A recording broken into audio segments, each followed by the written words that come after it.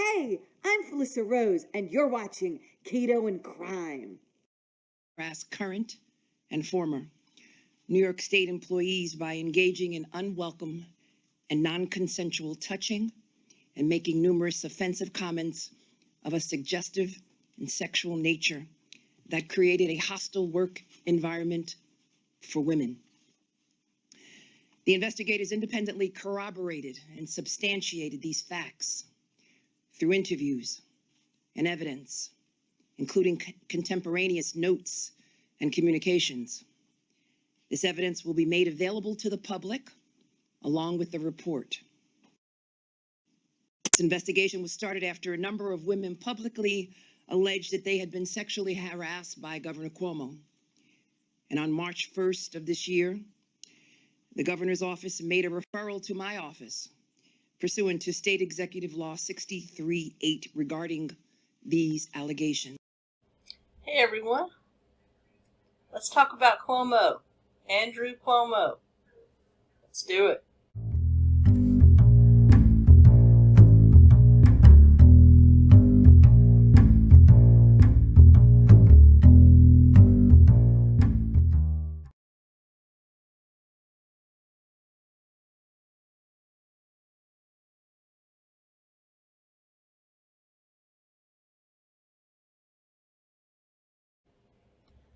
Today, Andrew Cuomo, governor of New York, son of famous Mario Cuomo, brother to Chris, governor of New York, a 212-page report, independent report sanctioned by State Attorney General Letitia James, was dropped, as well as a very staggering press conference by Ms. James herself, in which they went through thousands of testimonies, hundreds of documents, interviewed dozens of women, all who claim to have been sexually harassed or inappropriately touched, or even the victim of a very hostile work environment if they happen to work for the governor. And we've been left with the solid assumption that 11 women have grounds for a lawsuit, and that perhaps the state of New York, if not the federal government, may bring forth some sort of criminal indictment, though that is just speculation. And so what I wanted to do, and did I read the entire 212-page report? I did download it from the State Attorney General's of New York's website. It's there. I'll link it down below. You can go there, you can download it, you can read it. I did read over half of it. And let me tell you, a lot of it is in script, in pen. So a lot of the interviews and things like that and the written report was taken with pen or pencil, so it's hard to read. A lot of this stuff, some of these people have the handwriting of a serial killer. So, as I do. So, it's very hard to read. But I was able to get the executive summary, and that's what I'm going to be going over with you today. Basically, the meat of what's in those 212 pages, roughly. And we're going to talk about why now. Why now are these coming out? This, the era of Me Too was several years ago. It's still, if you could say Me Too is still around, but it's not the hotbed of what I would call the Me Too movement, which I am fully in support of. I don't think anybody should have the right to feign sexual or any other power over anyone else. I don't care what gender they are. So, but why now? Why, after we've been hearing swirlings of these allegations? His dad, Mario, had his own brush with these kinds of allegations, as does his brother Chris. We know this is commonplace with the Cuomos. In fact, it's commonplace with any body in power, man or woman, though. When you get that much power, something in your brain kind of disconnects and you end up thinking that your crap don't stink, for lack of a better term, and end up wielding your power, particularly over those that you might be sexually interested in, and it ends up being an issue. Look at every powerful person ever in history. I'm sure you can find some report about their misconduct when it comes to either a member of the opposite sex or the same sex, if they're so inclined. So why now? I'm going to go out on a limb, and I think that Letitia James is after Cuomo's job. I think she wants to be governor so bad, and I think she fears that if she doesn't get him out of office as soon as possible, perhaps a Republican might take over. So I think a lot of this is politically motivated as to why it's coming out now. The earliest of these reports started rising during COVID, during the heart of the COVID lockdowns, when everything he did was really under scrutiny. You started having a lot of these allegations come out then. Are they true? That remains to be seen. What we have here, and I want you to remember that, what we have here is an independent report sanctioned by the State Attorney General of New York, who does have, and preface this with saying, I don't like Cuomo. Don't like Cuomo, don't like Andrew, don't like Chris, their father, Mario. We could talk about him. But I don't like this guy. I think he's a snake. I think he's just untypical elite politician who's done nothing but line his own pockets. I don't like him. I want him gone. I want him out of the face of politics. But is he guilty of this stuff? Remains to be seen. This is an independent report put forth by, yes, sanctioned by the State Attorney General of New York, but it was done by a private law firm, 3 investigators from a private law firm. And even though Cuomo's office did cooperate, this has not been officially vetted by any law enforcement. This has not been put to a jury of his peers. We don't know if he's guilty. He's innocent until proven guilty, and that's the stance we're going to take throughout this video. But I just want to say, I don't like him. Do I have to say that more? I don't like him. So, yeah, part of me wants this to get him out of office, but I also know that that's not due process. So we're going to go through this report. We're going to talk about what's in there, and then what happens remains to be seen. I know he did give a press conference, not a press conference, but release a video today where he was addressing everyone, addressing his allegations. Came off a little creepy. Just a little, especially when he started playing the montage of him kissing and hugging people.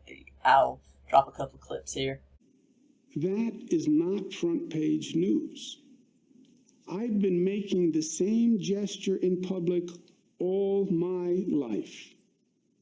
I actually learned it from my mother and from my father. It is meant to convey warmth, nothing more. Indeed, there are hundreds, if not thousands, of photos of me using the exact same gesture. I do it with everyone, black and white, young and old, straight and LGBTQ, powerful people, friends, strangers, people who I meet on the street. And comparing the hugs and kisses that he gives to people on a daily basis to Obama and to Obama visiting like hurricane victims, Obama and Biden visiting hurricane victims. Yeah, Andrew, it's a little creepy. But with that being said, again, creepiness does not equal guiltiness. Have to remember that. This is still the United States. So let's jump into this report, go through it, and talk about what's in there. And I'll leave it to you to decide for yourself. Let's go. The report is broken down into several sections, the first being the claims of harassing conduct, sexually harassing conduct. The first one is an executive assistant that says that while she was employed by the governor, he would do things like touch her inappropriately, kiss her on the cheek, kiss her on the forehead, kiss her on the lips, Now, that strikes me as strange behavior, but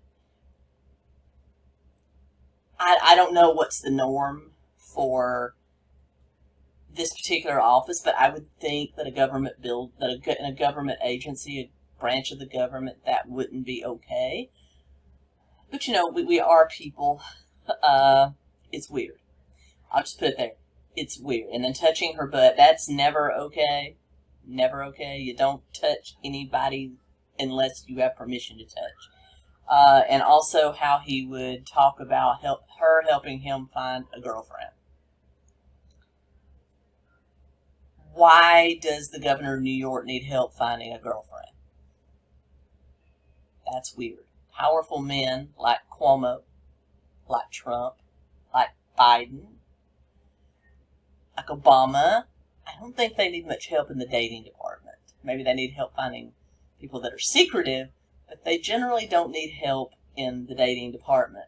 Just the power itself. So that's weird. But that's what this person said. Again, none of this is substantiated. We have to remember this is an independent report by the possible political motivation.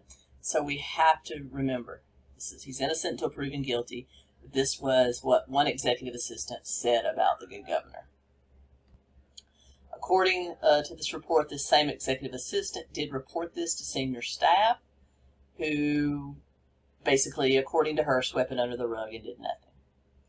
The next allegation is in 2017 when he met a female state trooper at a charitable event held at the Robert F. Kennedy Bridge, and she expressed interest in wanting to join the Protective Services Unit of the state police force, which is a very specialized unit with certain requirements. And lo and behold, after talking with the governor and, according to her, flirting with the governor and stuff like that, all of a sudden the mandate requiring 3 years of prior law enforcement service in a very specialized nature was suddenly lowered to 2 years, and by order of Cuomo, by him basically going to somebody higher up and a special investigator within this unit and getting those specifications lowered, she was hired. And there's even an email in this report where laughingly this investigator says, thanks to you, just for you, the governor has lowered the requirements. And that email is in the report. And then this same trooper alleges that after her hiring, he would touch her inappropriately, rub her back, run his fingers up and down her spine. Weird stuff. Again, this is only one side of the story. Next is Charlotte Bennett, who actually was one of the women that came out in winter 2020. She was 22 years old when she met the governor and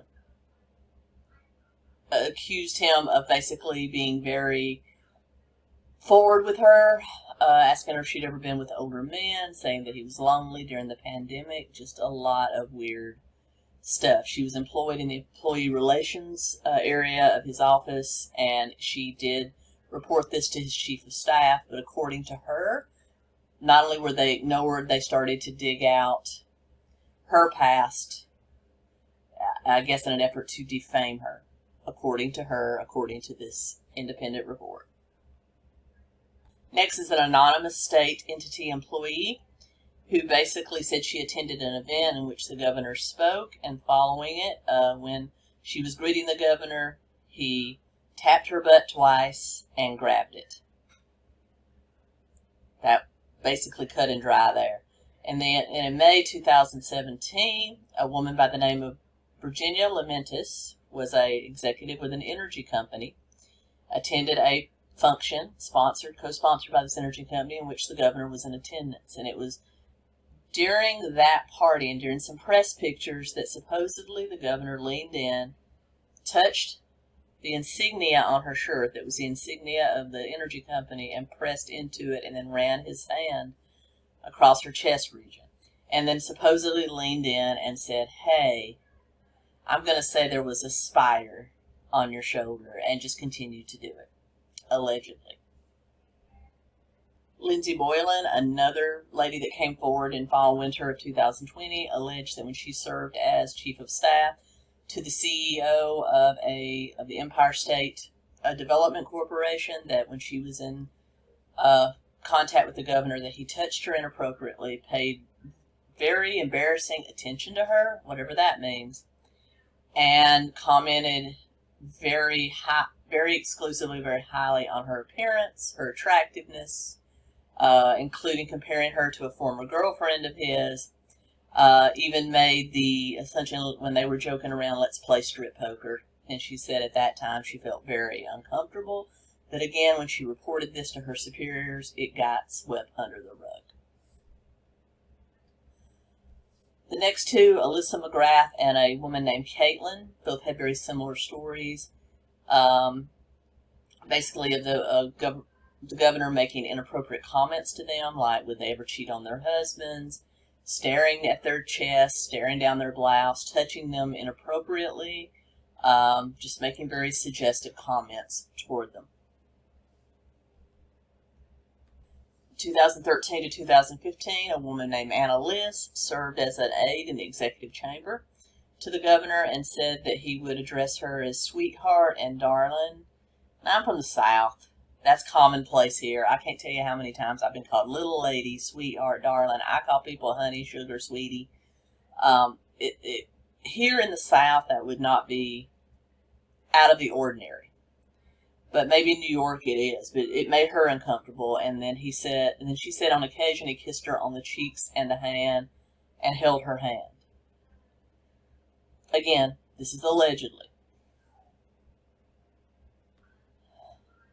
An unnamed state doctor in New York that worked for the public health department was tasked with giving the governor his COVID test back during the height of the pandemic, and he made comments to her like, because it's a nasal swab, remember, be gentle, don't go so deep you hit my brain.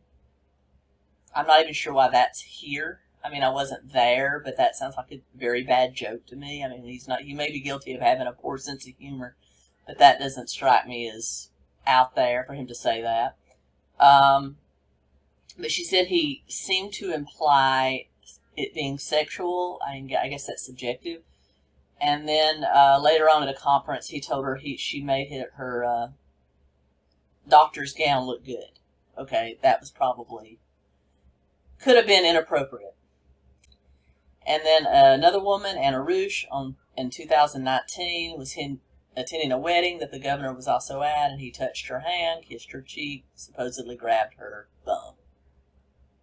Then we get to Governor Cuomo's rebuttal, his testimony as part of this investigation, where he brought out just what he did in the clip that I put earlier, that he typically, it's in his culture, I guess he's referring to being Italian, it's in his culture to touch, kiss, be very affectionate, and you could find examples of him doing that with both genders going all the way through his career. And again, that montage that we saw. And then he also commented specifically on Miss Bennett, saying that he did specifically always tread lightly with her because he knew that she was a victim of sexual abuse. Now look, why do you even need to tread lightly? Just don't be forward. That's my whole thing about this. Just don't be forward. It's a place of business. Why can't a place of business just be a place of business? Why can't the government office just be the government office? Just do your job. Why do you have to get so personal with people? You're the governor. You should be avoiding that at all costs. Do I think he's a creep? Yeah, I think he's probably a creep.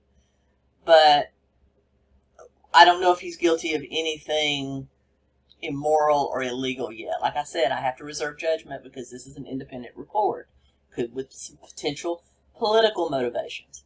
So we have to wait and see. But it doesn't matter who you are. If you are a boss in any type of company, especially if you're highly placed in the government, you need to limit your contact with those that work around you and keep it as professional as possible. That's just good warning for anybody. So I don't even understand why that came in, why he even had to mention he treaded lightly. Unless he's trying to imply that being very, that he's just that way, that's fine if you're an affectionate person, but that does not need to cross over into the workplace. And the rest of the report is basically a summary of how they interviewed other people in conjunction with the governor and how they confirmed that he was kind of touchy-feely and how this created a hostile work environment. And then they talk about how he would, anybody that accused him, he dredged up old stuff on them to try to dissuade them. And basically the gist of this is this independent counsel, this independent investigators that were deputized from a private law firm by the Attorney General of New York came to the conclusion that yes, he did sexually harass these women, did very inappropriate things, and created a hostile work environment. And they recommend that he step down from the office of governor, or that the New York State Assembly remove him. And I know that today Joe Biden also recommended that he step down. So, but according to Cuomo, he's not going to do that. So we'll have to remember and continue to watch how this plays out. But I just wanted to put it out there. I wanted to be one of the first to go over the report with you and to remind you that this is not an official law enforcement legal type of investigation. It was an independent investigation. If this had been an investigation led by some sort of official prosecutor, that an indictment could have followed. We may see indictments later on, but none are coming right now. So with that being said, we have to go with our old premise, the innocent until proven guilty. And with that being said, I hope you enjoyed it. And until next time, Keto Krime.